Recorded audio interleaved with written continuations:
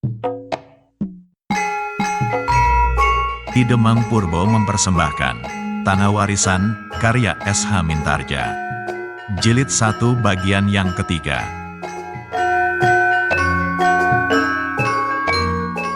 Pada akhir jilid kedua yang lalu, Bramanti yang pulang ke rumah dan dihadapkan dengan beberapa laki-laki tegap yang mengira ia pulang untuk membalaskan dendam ayahnya. Apa yang akan terjadi selanjutnya? Silahkan ikuti bagian ini.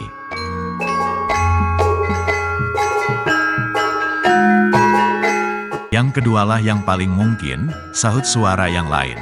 Kalau ia benar-benar anak durhaka, yang tidak merasa perlu berbakti kepada ayahnya, ia tidak akan datang kembali ke Kademangan ini. Ia akan tetap tinggal di rantau, apapun yang akan terjadi atasnya. Bramanti menarik nafas dalam-dalam. Sekali lagi ia mencoba menjelaskan, aku mencintai ibuku. Aku mencintai kampung halaman. Karena itu aku kembali. Seorang yang tinggi berkumis melintang berkata, kita tidak perlu mendengarkan kicauannya. Kita mendapat tugas menangkapnya, melawan atau tidak melawan. Kita bawa saja anak ini menghadap Ki Demang. Terserah, apa yang akan dilakukannya atas anak ini. Ya, itulah yang baik, kata yang lain. Marilah, kita tangkap anak ini. Orang yang berkumis itu maju mendekati Bramanti sambil berkata, kami harus menangkapmu, nak. Apakah kau akan melawan? Bramanti memandang orang yang tinggi dan berkumis itu dengan sorot mata yang aneh. Bagi Bramanti, orang yang tinggi dan berkumis ini memang aneh. Sikapnya agak lain dengan kawan-kawan, meskipun pada dasarnya ia akan menangkapnya pula. Sejenak Bramanti tidak dapat menjawab. Namun kemudian terasa tangan ibunya meraba pundaknya. Bukankah kau tidak mendendam? Bramanti mengangguk. Ya, aku memang tidak mendendam. Kemudian kepada orang yang tinggi berkumis itu ia berkata, aku tidak akan melawan. Aku sama sekali tidak akan mampu melawan kalian. Belum lagi Bramanti selesai bicara, seorang anak muda yang berkulit kekuning-kuningan, bermata tajam dan berwajah tampan menarik tangannya kemudian mendorongnya, ayo, kita pergi ke Ki Demang. Bramanti terdorong beberapa langkah ke depan. Ketika ia berpaling, maka terdengar ia berdesis. Kau Temunggul. Anak muda itu menggeram. Kau masih ingat kepadaku? Tentu, aku dapat ingat hampir setiap anak di sini. Kau ingat peristiwa yang telah terjadi? Ya, nah, karena itulah, maka kami akan menangkapmu. Jangan mencoba melawan. Ayo, berjalanlah sendiri tanpa kami dorong-dorong. Bukankah kau masih ingat jalan ke Kademangan? Bramanti memandang sekeliling. Disambarnya setiap wajah dengan sorot matanya. Kemudian dipandanginya wajah ibunya yang kecemasan. Tenanglah ibu, berkata Bramanti. Aku percaya bahwa orang-orang Kademangan Candisari adalah orang yang baik, yang dapat membedakan antara yang jahat dan yang lurus. Karena itu, ibu jangan cemas tentang diriku. Aku akan segera kembali. Dengan wajah yang suram ibunya mengangguk. Namun tampaklah betapa ia menyandang kecemasan di dalam hatinya. Ayo pergi, sentak anak muda yang bernama Temunggul. Bramanti tidak menjawab. Dengan kepala tunduk ia pun kemudian berjalan diiringi oleh beberapa orang dan anak-anak muda yang diantaranya membawa senjata di tangan mereka. Di Kademangan, ternyata beberapa orang telah bersedia menerimanya. Selain Ki Demang sendiri, beberapa orang perabot yang lain telah hadir pula. Ketika mereka melihat Bramanti memasuki halaman, maka sejenak mereka saling berpandangan. Kemudian, Ki Jagabaya yang bertubuh tinggi besar dan bermata tajam, berdiri dan melangkah perlahan-lahan menuruni tangga pendapa. Ia menggeram dalam nada yang berat, kau Bramanti. Bramanti menundukkan kepalanya, ya Ki Jagabaya. Naiklah, Ki Demang menunggumu. Bramanti pun kemudian naik ke pendapa dan duduk di atas sehelai tikar pandan yang kasar, menghadap Ki Demang yang duduk sambil memilin kumisnya. Aku tidak ingin Kademangan ini menjadi kisruh, tiba-tiba terdengar suara Ki Demang berat.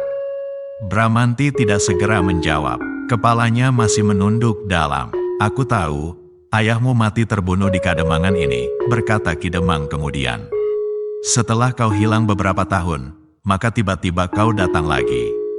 Seorang telah melihatmu dan melaporkannya kepadaku. Bramanti menarik nafas dalam-dalam. Pertanyaan serupa telah didengarnya lagi. Dendam. Orang-orang Kademangan ini pasti akan bertanya dan bahkan menuduhnya bahwa ia menyimpan dendam di dalam hatinya. Bahwa kedatangannya itu telah didorong oleh perasaan dendamnya atas kematian ayahnya. Untuk kesekian kalinya ia terpaksa menjawab. Jawaban serupa pula, seperti yang dikatakannya kepada ibunya, kepada orang-orang yang datang ke rumahnya. Dan kini kepada mereka yang berada di Kademangan itu. Ternyata di antara sekian banyak orang, hanya ibunya lah yang dapat mempercayainya dengan tulus.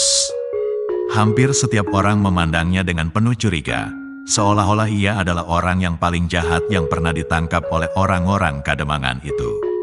Bahkan Ki Demang pun menggelengkan kepalanya sambil berkata, "Kau bercerita tentang sesuatu yang tidak kau mengerti sendiri.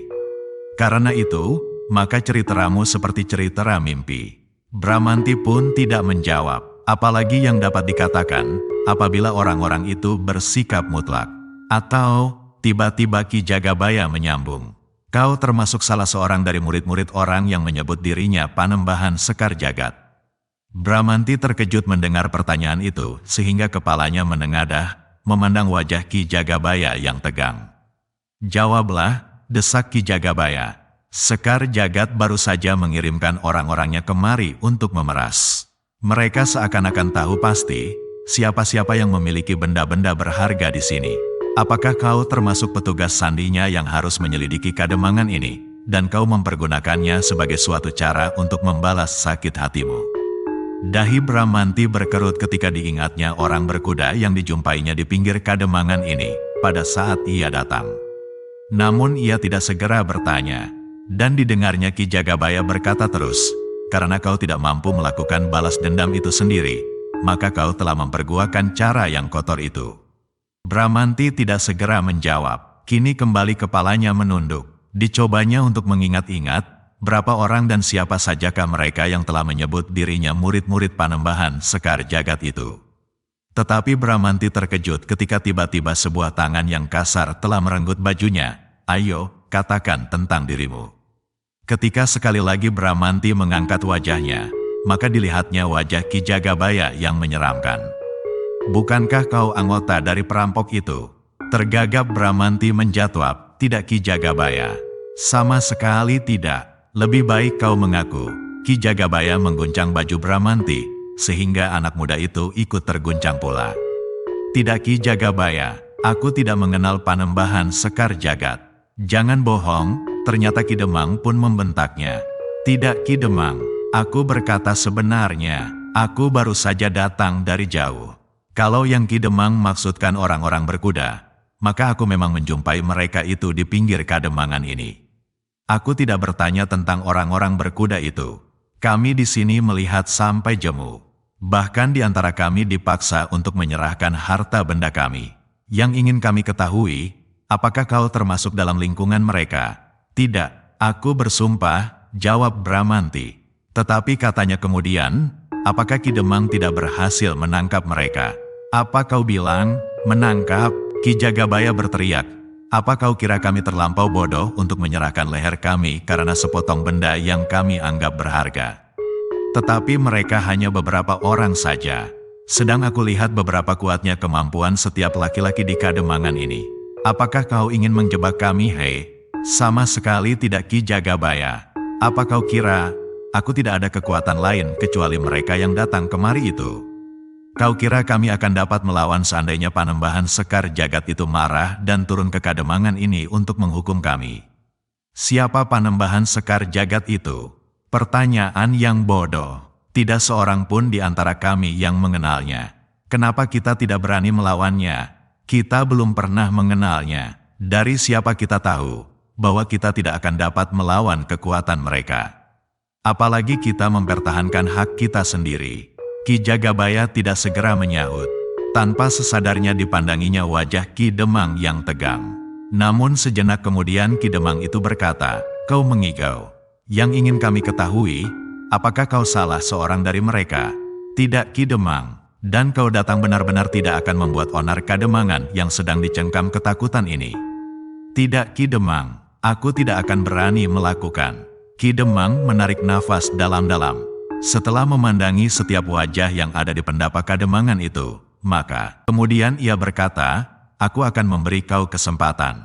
Tetapi apabila kau membuat onar, maka kami tidak akan mengampuninya. Supaya kau tidak akan dapat mengganggu kami lagi untuk seterusnya, maka hukuman yang akan kami berikan adalah hukuman yang seberat-beratnya."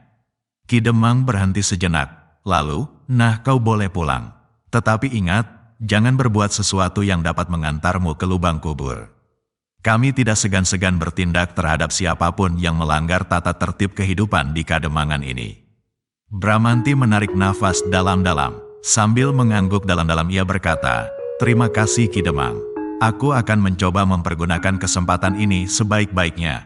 Aku akan membuktikan bahwa aku tidak mempunyai maksud sama sekali untuk mempersoalkan lagi apa yang telah terjadi. Apalagi menuntut balas. Aku tidak perlu mendengar igauan itu. Aku hanya ingin melihat apa yang akan kau lakukan di sini. Sekarang pergilah. Terima kasih Ki Demang. Aku minta diri." Ki Demang menganggukkan kepalanya dengan acuh tak acuh.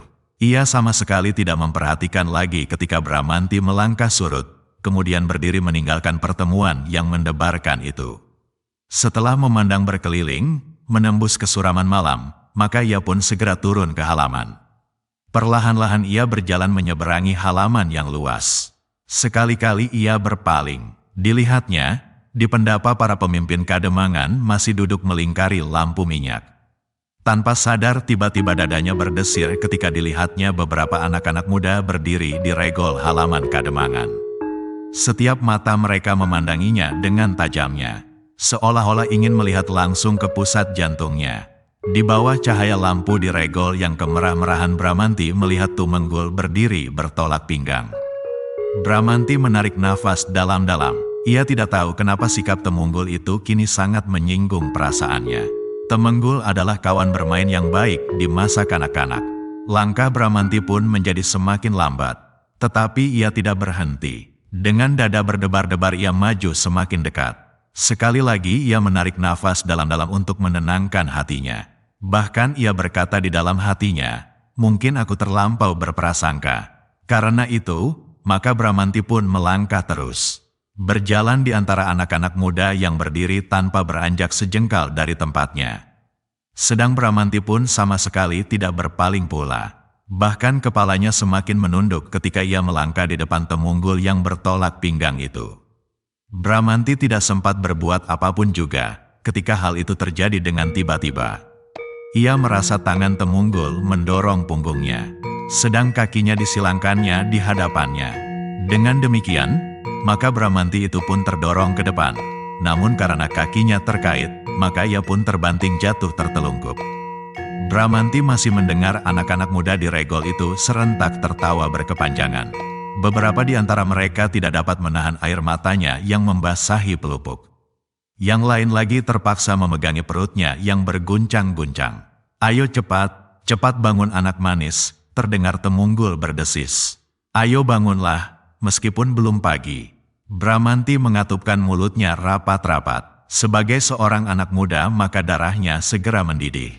Namun kemudian dikenangnya kata-kata gurunya dan bahkan ibunya. "Jangan mendendam, Ger. Tetapi ini bukan soal dendam," katanya di dalam hati.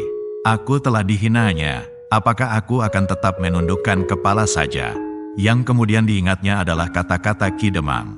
"Tetapi apabila kau berbuat sesuatu yang menyakitkan hati kami, apalagi membuat onar, maka kami tidak akan mengampunimu."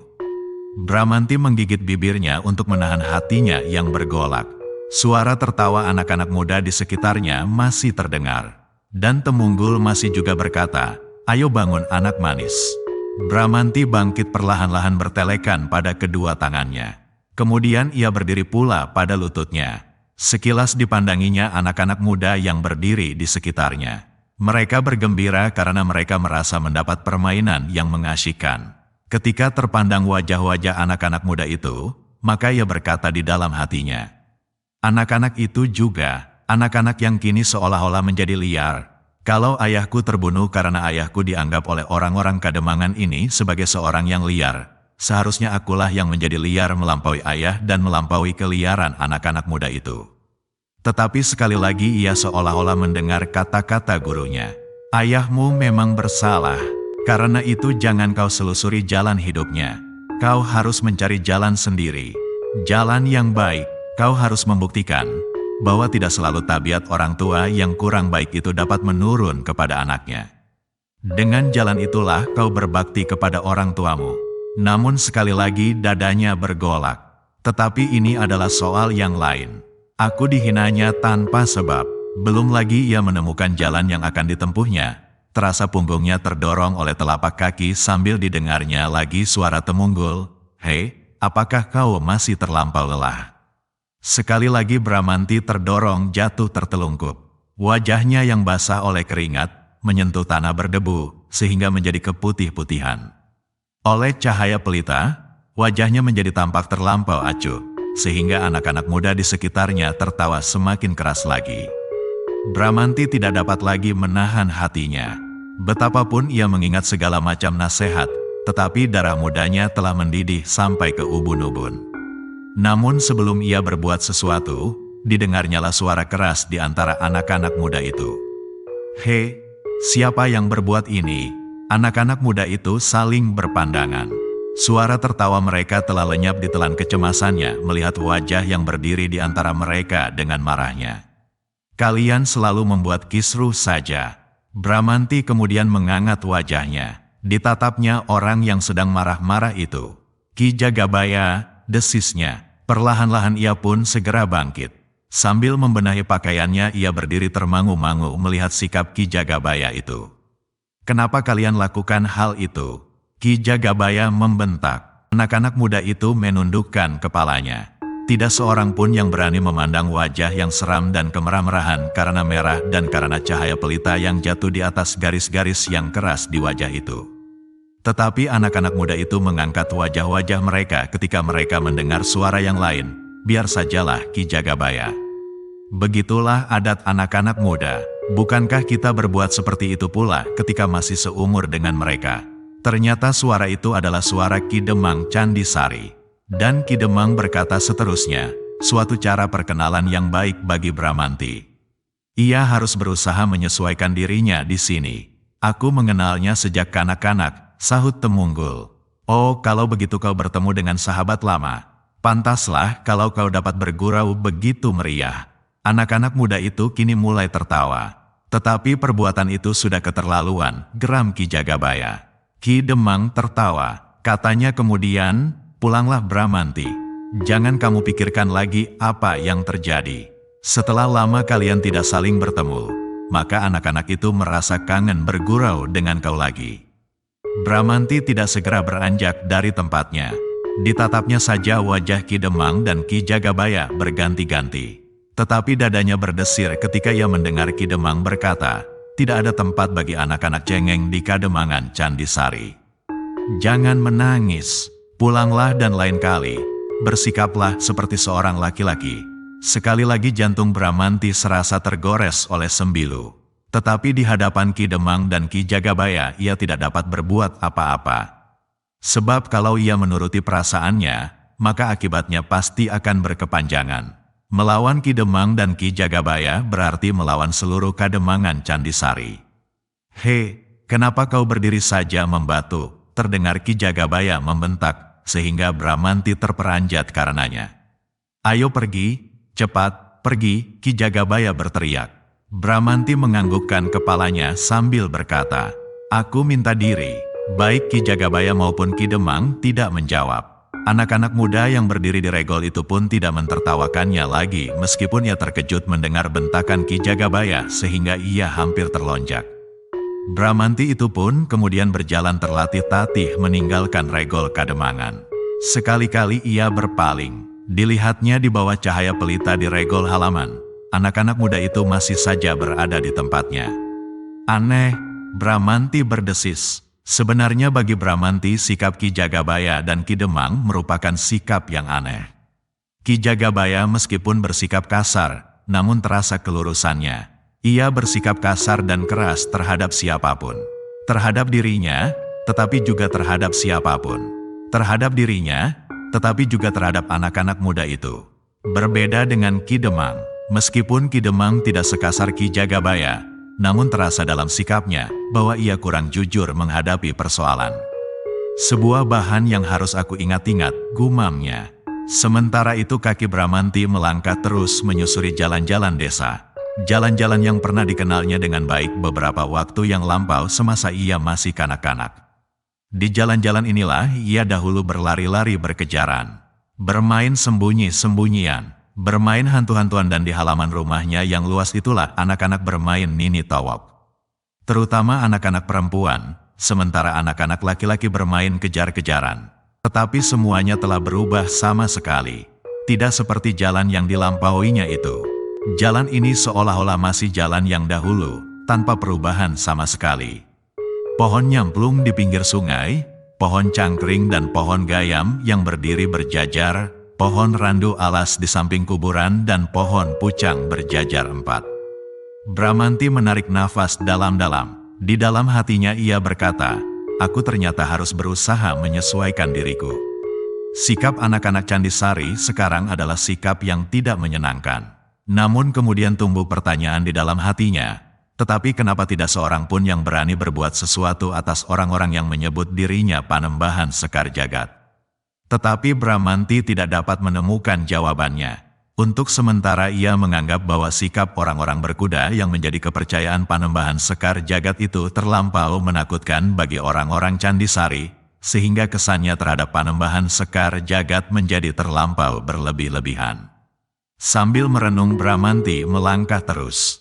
Dilaluinya regol demi regol, semakin lama semakin jauh dari halaman Kademangan. Tetapi tiba-tiba ia mendengar sesuatu yang berdesir di balik dinding batu di tepi jalan. Telinganya yang tajam segera mengenal, agaknya seorang telah mengikutinya dengan diam-diam. Siapa orang itu? Ia bertanya di dalam hatinya. Namun Bramanti tidak berhenti. Ia pura-pura tidak mengetahuinya. Bahkan langkahnya semakin dipercepatnya. Dengan demikian, maka ia akan segera memancing orang itu untuk segera melakukan maksudnya apabila memang itulah yang dimaksudkannya. Ternyata usahanya itu berhasil. Ketika Bramanti lewat di tikungan, di sebelah halaman yang kosong dan gelap, maka meloncatlah sesosok tubuh langsung berdiri di hadapannya. Bramanti terkejut, bukan karena kehadiran itu dengan tiba-tiba, tetapi ia terkejut setelah ia mengenal orang itu.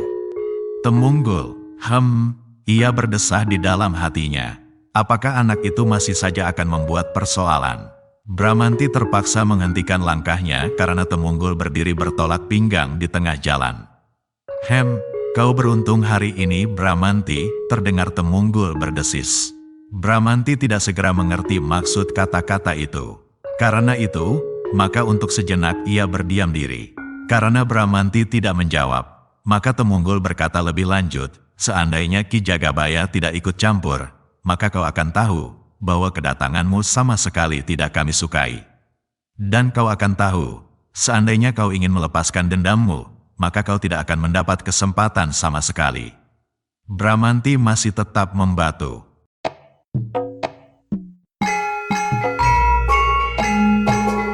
Demikianlah cerita jilid 1 bagian ketiga ini berakhir. Selanjutnya apa yang akan terjadi? Kita ikuti cerita lanjutannya pada bagian keempat mendatang. Jika Anda berkenan, silakan like, share, dan bagi yang belum, jangan lupa subscribe channel Ki Demang Purbo @Cerita Mataram. Nuwun.